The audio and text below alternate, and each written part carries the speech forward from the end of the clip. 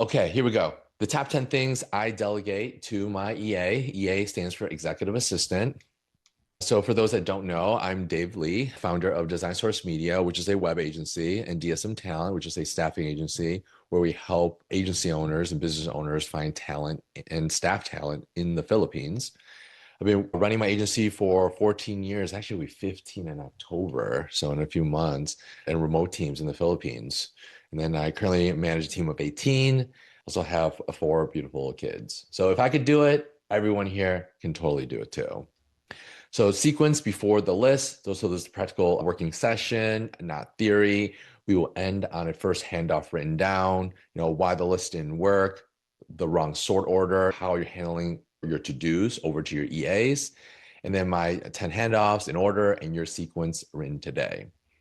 So you got the list, you're still doing the work though. And when I experience that, if you have an EA already, or it doesn't have to be EA, it could be any hire, you're like, hey, I have these things I would like to delegate to this person. You hire them and a month goes by, 2 months, 3 months, you're like, hey, this list hasn't really moved much. And it's still there and I'm still doing half the work.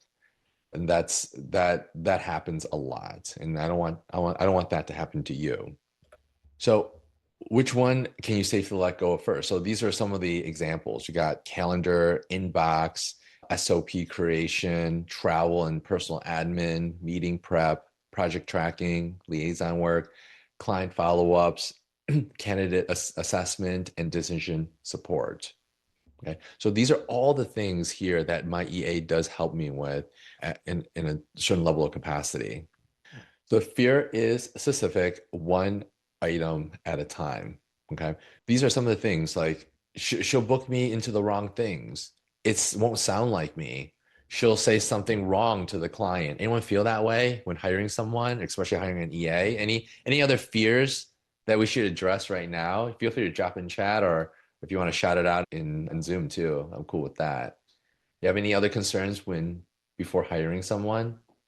Yeah, like Lucas, that's a good one. Yeah, spelling mistakes, language barrier, AI generated copy, AI slop, right? All of these things can be mitigated, right? I'll just give you some examples. Like spelling mistakes, there should absolutely be no spelling mistakes in 2026, right? I'm not even talking about Grammarly, but you could use tools like Grammarly. You could, of course, AI will correct all these things. As far as the language barrier, it's the type of person that you hire. Make sure you vet them very well. And okay, do they understand, not just understand the words in the English language, but the structure, the communication, how well can you communicate, and do they understand what you're saying? And then AI generated copy, there are actually AI skills that can help with that to make it not sound so much like AI. And this I might be going too deep into the rabbit hole, but if you have like your own emails, like a year or 2 years or even more, like what I did was I took like over 10 years of my emails and transcripts and I sent it to AI to process to get my voice. Okay.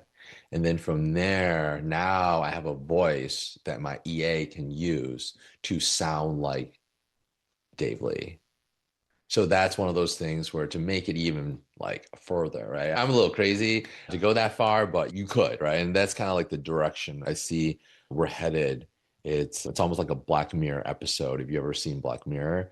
Where you can like pretty much almost like clone yourself, but also your voice and your sound and everything else. But you could do that if you want to go that far. And you do not save time by taking it back. So one of the things I hear a lot of business owners, agency owners do is that, oh man, I assigned them something and then they just didn't get it right. I'm just going to do it myself. Right? I'm just going to take it back. And one of the things I always is in the back of my mind is that 50% of done by someone else is better than 100% done by you. And another way to think about it is that if you really want to scale your business and you don't want a boutique business like that, the typical family mom and pop shop where you see the mom, the dad always working in the business and they can't take a single day off. If you're okay with that, hey, more power to you. But if that's not the type of business you want to run and you don't want to be there 16, 18-hour days, and as soon as you go on vacation, as soon as you get sick, you have to close the shop down, then you have to shift your mindset, change your processes and your systems. So do not take work back, but instead, this is what you should do. Instead, first, you do that. It's going to wobble for in the next week, in week two, and you want to fix that, right? And whoops, and you quietly take it back, but now you're training and doing it all over again. So don't do this, right? Instead, you want to, when you hand it over, you want to reinforce that and say, all right, let's review what's going on, what's wrong, and keep improving, keep polishing that.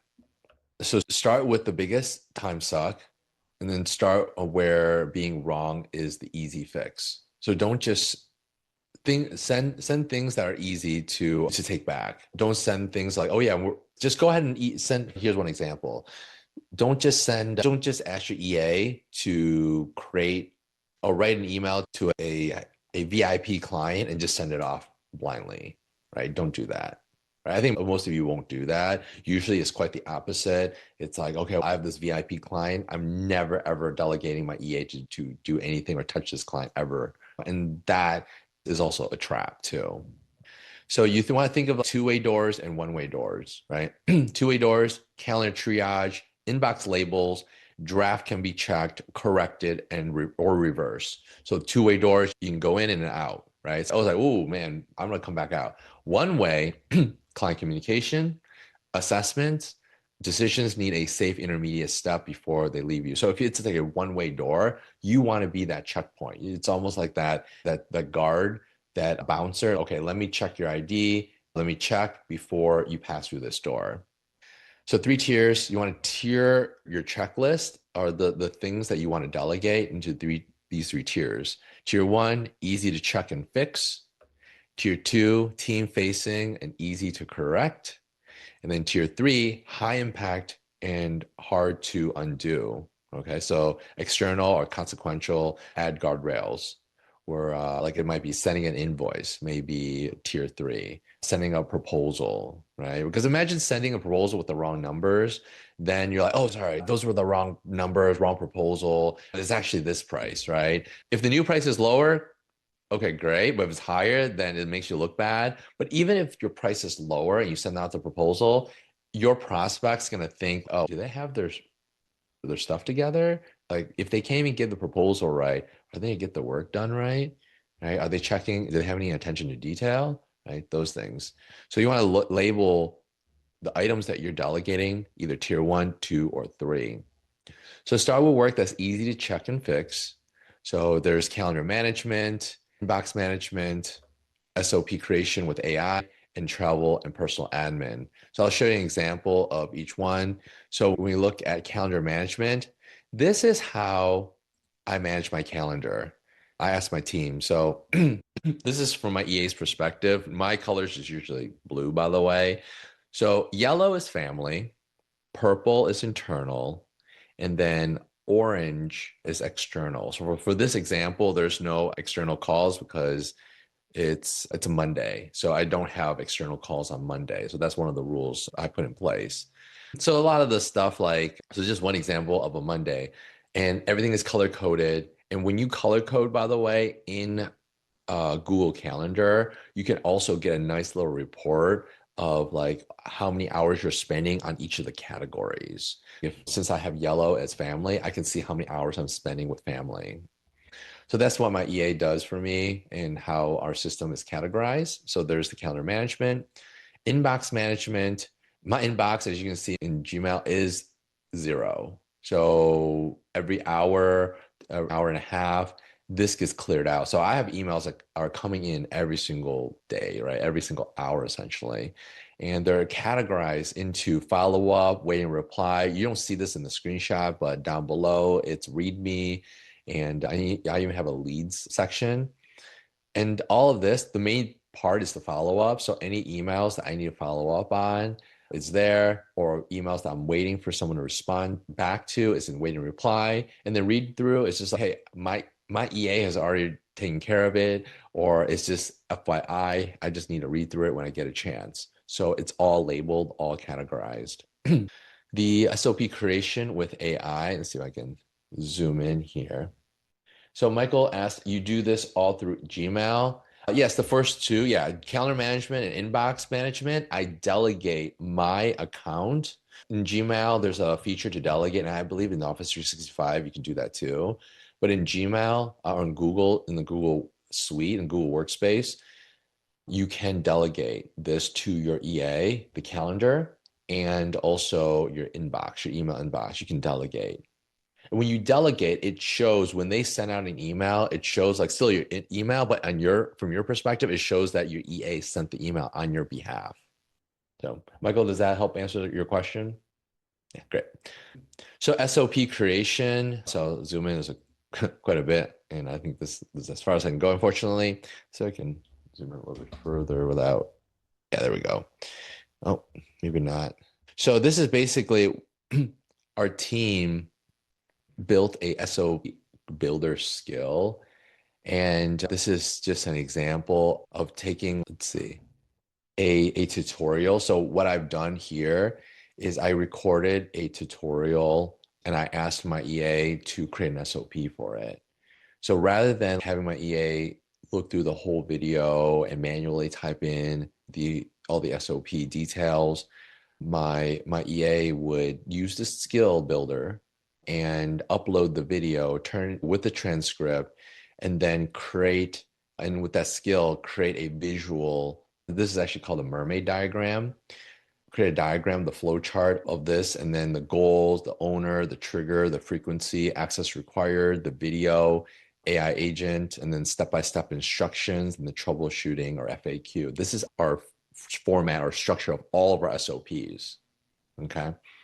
So that is what my EA is now doing. The old version of the EA before AI would be, okay, here's a video. I want you to watch. They'll have to watch it, and then they'll have to manually type all this out and really have a good understanding of it. And then this would take an hour, right? This right here probably take them 15 minutes, right? Really quick.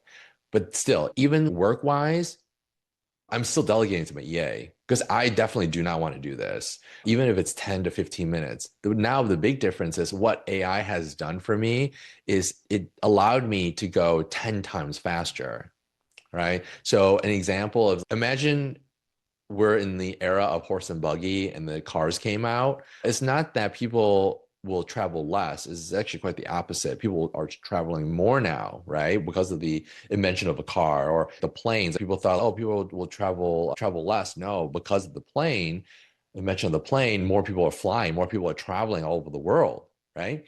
So AI is kind of like that, where there's this new technology. Now you want to learn it quick and early because now you have the advantage. But eventually everyone will have this technology and will be using it. So now the expectation is just speed, the 10 times output.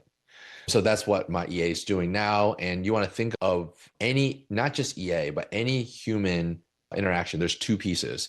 Humans should control two areas, the planning and the polishing. So the two P's, planning, polishing. So the planning is in this scenario, I thought of, hey, we needed this SOP, and I just put together, because I have the technical knowledge, I put together the video. That's all I needed to do. But also on the planning side, I send it to my EA. So my EA is now looking at this and say, all right, what is the best way to convert this into an SOP that other people can use? So now I completely delegated that over to my EA. My EA took it, turned it into an SOP, and then the polish, the second P. I do not need to do that anymore because I'm an EA. My EA is now polishing, making sure that this SOP actually makes human sense. It's an SOP that other people can actually use and will understand, and it's not some AI slop. Okay. So understand that AI will not replace anyone. It will speed businesses up by it's a multiplier. You really want to think about it that way. And then finally, travel and personal admin. So there's basically, we're already planning the trip to the Miami meetup. Anyone going to Miami, by the way? for the AU agency. I don't know, but I think Austin's been posting it. So I'd love to see you guys there. It's in Florida, right? Obviously, Miami, and it's in on October 20th. So I'd love to see you guys there if you can make it. But so my EA has already planned it. So put together a spreadsheet, multiple tabs of the trip, when I should fly in, fly out, and in the full breakdown of the different tabs like trip overview, itinerary, flight options, hotel options, transportation, and so forth. So this right here is a good example of the two-way door, right? Like these things is not mission critical. My EA is doing all the planning, all the preparation, because the last thing I want is being stuck at the Miami airport like without any emergency contacts or not knowing where to go or what to do next, right? So definitely a planner, but my EA takes care of this for me. Yes, yes. So I originally have like a template, and then my EA takes that and then starts improving off of this. But yes, my EA does improve and create this spreadsheet for me. So there's 4 items, right? So start with the work that's easy to check. So these are all easy to check and fix if anything goes wrong. Then add a window for review. So here's the other items that my EA. So these are now tier 2 items. Pre and post meeting support, a project management tracker, and liaison updates. So let's look at the pre and post meeting support. So this is what my EA does before a sales call or before any call I have with an external team, and also even internal, but majority of it is external. So you can kind of see, I'll zoom in, all right? And I'm curious to hear what your thoughts on this is, okay? This is what my EA does. This is before the sales call or before the meeting. So she has identified this person. Okay, they're in Austin, Texas. This is their name. We blurred them out. Film director, the role match in LinkedIn and other sites. They're a video producer. They're married. His wife is McKenna, has daughters, Catholic, interests or storytelling since childhood. What they do. They're a film director and producer. What they're offering: documentaries, commercial, brand anthems, explainers. Here are some of their notable clients. This is their team. They're the founder, and they have a film director and producer. This is the school that they went to, the focus, the years that they graduated, and then here's some additional the research logs. So this is what I get before every sales call, okay, or external call, right? If it's a client like we've been having meetings with, then it wouldn't be more so like this. It would be more of here's a review, here's a recap. Imagine like watching like a TV series, like, oh, previously in CSI, right? It's kind of like that. So I get that like refresher recap. So I can go in 5 to 10 minutes before a call. I get the quick recap and I'm like, okay, I'm in this mindset now. I'm in this mode. I know the context and I'm ready to go. So curious to hear your thoughts. Would this be helpful, or you think this is just too much and it's unnecessary? I think it's really helpful, Dave. Question for you though, real quick. So how are you like delegating this to the EA? Like what are you putting in front of her? Is it just like you need to do X, Y, Z? Or like what is like I guess like what is the SOP for her to do this?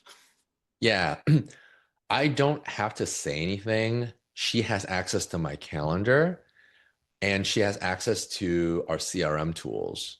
So all she needs to do in the morning or even the day before, she's like, oh, I'm meeting with Michael tomorrow. Let me start preparing. And so she in the calendar, right? And so she has access to my calendar and my emails and the CRM. She sees, let's say, Michael and Michael's email, and she'll start building this. And so in the morning, I'll already have a link already prepped in my daily notes, and I can already review it anytime I want to before the call. Make sense? Yes, understood. Yeah. So that is the pre-meeting brief. Okay. So now there's 3 parts to this, right? So this is before the meeting. Now, during the meeting, we have the meeting recap. Before I would ask my EA to be part of the call, but now with Phantom and other recording tools are pretty good now. As long as I have the recording and the transcript, we won't need that anymore. But what she would do is she would, after the call, so just imagine this. I may have back-to-back calls. It might be every 30 minutes, every hour. I sometimes don't even have a break in between. So what I do is that as soon as the call's done, she gets the recap and she takes it and turns it into a meeting minutes and recap email for everyone that was part of that call. So we have hello, and then nice to meeting you today, and thank you for your time. Per our conversation, here's the next meeting date. Here's the to do. Here's the key takeaways. And here's, let me zoom in a little bit. Here's the additional information. And then here are all the participants. Okay. So here's the full meeting recap. Now, you might ask, Dave, Phantom already does that. Why don't you just let the Phantom tool or let whatever tool to do that? The problem is that number one, it is a bit like the AI only version is not polished. And another thing too, it doesn't have context or access to other things. So let's just say in the conversation, I I promised, let's say the person I'm talking to, oh, I'll send you that PDF. I'll send you the sales stack. I'll send you the proposal link, whatever that is, right? I'll send you this link in, let's say, Phantom or whatever tool you're using, Otter AI or whatever AI tool you're using, won't do that. And the second thing is, remember the two P's with the planning and the polishing? I want the humans to polish it and clean it up. We're to the point now where I don't review the meeting recaps. I have full confidence that my EA can do this. So I haven't had any issues at all. So, but that does take some time, right? The EA needs to understand the workflow, get some practice. I would say about 2 months in, your EA can do this, right? But of course, the more practice you give your EA, the sooner he or she will be able to do this for you. And then here's the biggest, like I would say of the three, this is like my favorite. Who here hates doing follow-ups? Like yeah, you do the sales call. I love like talking and engaging with like new prospects. And really because those calls are like consultation calls, right? So I don't mind those calls at all. It's the follow-ups, like a week later. Oh, they're like, oh, they're not, maybe they're ready, maybe they're not ready. Okay. 2 weeks later, and then a month later, right? And it's not a lot of times the way I look at it too, the reality is it's not that your prospect doesn't want to work with you or doesn't think your service is valuable, is that depending who you're working with, like for us, we work with busy agency owners and busy business owners, right? There's a lot of things that's going on. They're fighting fires. And what our original conversation of, hey, yeah, it sounds like you need an EA. The EA will definitely help you, but then they're fighting another fire, right? I'll see you, Michael. They're fighting another fire. They're going to forget. But my EA is there to help not just me, but also our prospect, right? And the cool thing is, and if you look at this, it's not just, hey, just following up, you're still interested. It's another recap. Oh, I remember a week ago or 2 weeks ago or a month ago or 6 months ago, these recaps are here. So it's back to, oh yeah, I remember having that conversation with Dave. Yeah, you're right. Why am I waiting? At first I thought I could do it myself. Maybe I thought I could wait a little bit longer, but reality is, man, I really need that EA. And if I listened to Dave, let's say 2 weeks ago, I wouldn't even be in this deep of a hole right now. Right. But then thankfully there's an email from my EA, from Dave's EA, like, oh yeah, you know what? There's a sign up link. I'm just going to go pull the trigger right now. And that happens so often. But if I didn't have an EA, this wouldn't happen. Honestly, because I'm busy, I have a lot of meetings, I have back-to-back meetings, right? And so it's not just, maybe everyone's more organized and more structured, but for me is that I every day is a little bit different. And as much as I would like structure, being a business owner does not allow me to do that. And I'm constantly solving problems and pushing the envelope, right? Pushing the limits of what our organization can do and can scale. So doing these routine things will actually slow me down. So that's why I delegate that 100% over to my EA. Project management tracker. So basically, give you a little more context, we are in the middle of finishing up switching to a new project management system. And so for the interim, I asked my EA, hey, can you just put together a spreadsheet of all the projects that are going on so I have a good idea of what's going on and help manage it. And so my EA is essentially my own personal project manager in the interim while we migrate over to this new project management system.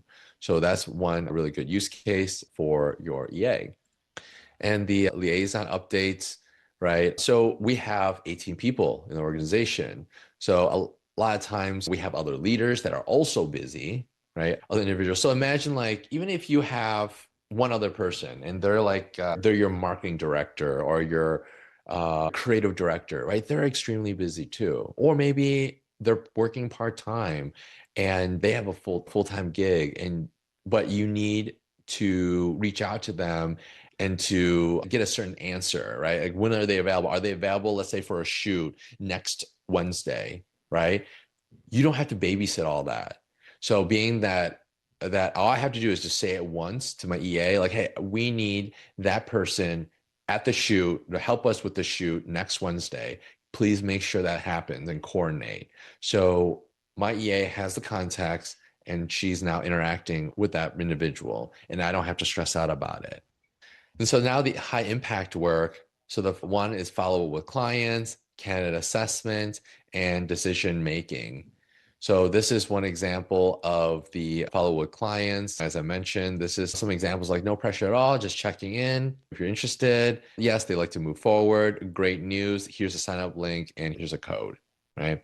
And then they have more questions, and then my EA will direct them to the area to book to answer questions, to book a meeting to answer questions. So there's that. Another one would be the candidate assessment. So this is somewhat fairly new. So understand that Marian has been working for me for almost a year now. And so she knows me pretty well now. And with candidates that we're looking for internally, see, Lucas, we are now to the point where my EA Marian will do the initial filter. Oh, I'm bringing Kurt in. We'll do the initial filter.